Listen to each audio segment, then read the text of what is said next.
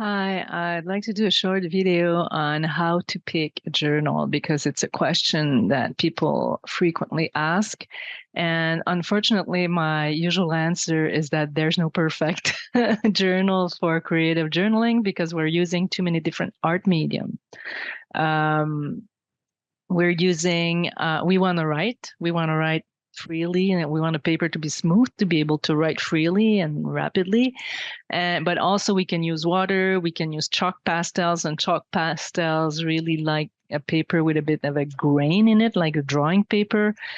You can see it in the when you buy a notebook or a sketchbook. It's going to tell you on the cover. It's good for ink. It's good for drawing. It's good. So different kinds of paper respond well to different kinds of crayons and medium. So, and there's one called mixed media, which I really like. It's a bit more expensive. So I just wanted to tell you a bit about the advantages and disadvantages of different types of paper. When I started with creative journaling, I wanted to save money, and I was producing a lot of pages. I was really like writing a lot, drawing a lot. So I don't have one notebook here, but I use regular photocopying paper. So and I got like 100 and 120 pages notebooks. And I went to a photocopy store, and then they made my journals with that. And the positive points were that it's cheap. I can write a lot. It's good to write on, but it like every time I used water, it went through, it stained the following pages, sometimes like 3, 4 pages. So it's not the best for different kinds of things that I was doing in my journal. Then I decided that I wanted to create journals for people when they came to my workshop, so I could sell a not too expensive journal. And I picked a very smooth. I'm going to show it to you. Like this, these are the journals I was making when I had a studio. I'm still making them, but way less. And it's like very smooth and quite thick, and it's got like 70 pages here. So it's kind of a good, how would I say that? A good compromise. It's good for everything except for chalk pastels because it doesn't grip on the paper very much. So you can always use another sheet of paper and paste it into your journal. But that's what I used most of the time at the time. And then I discovered these ones, mixed media. They come in different sizes. Mixed media paper is made for mixed media. So paint and water, it's thick enough, collage, and it's really great. It's more expensive, obviously. So this is what I use. I can show you one, like when it's almost like when you pick a journal, it invites you to certain media. So I tend to do more things like that, which I don't do in my usual journal. So there's water, there's paint and water and salt I can see, and then collage. And I do more in these ones. I do more pages like this.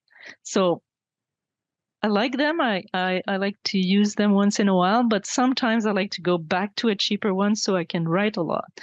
You can find also big journals that don't have the spiral, and because the spiral creates something, it separates the two pages. So sometimes I like to not have a spiral.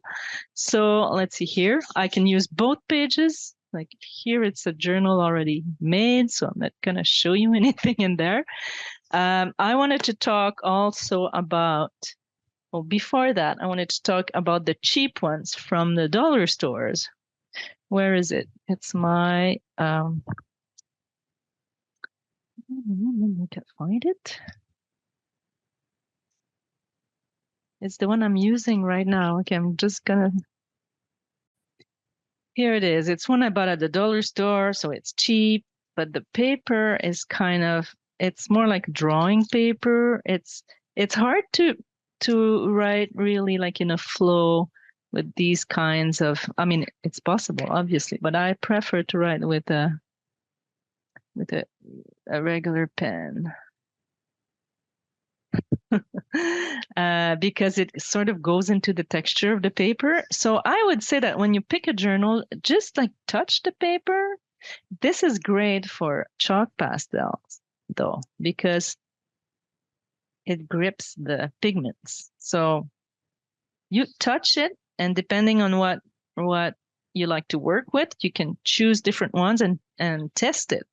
I wanted to talk about, and you see that in this one, there's no spiral. So I can work on both pages, the same entry, and it's creates a big page. I want to talk about smaller format. If you pick a smaller journal, it can be frustrating because there's less room for free expression, but it contains you more. So it can be really nice when you need to be contained, or it's very small. So you can stick it in your purse, in your bag. So I tend to pick one like this when I go on a trip or something, and I just don't want to be bothered with a very heavy kind of journal like this.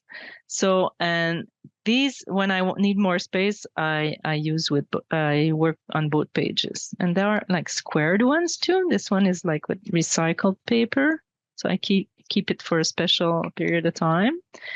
And I find that when I work in square journal, I tend to do more mandalas. It's really nice. So test it. Test different format, how you feel. Test different papers, different kinds of notebooks and sketchbooks, and see what you like. Nothing is perfect for everything, but you can find your preferences, and then have like 3 months when you want to use this one, and then 3 months you want to use another one, and it's all like it's fun. It's fun. That's what I wanted to say.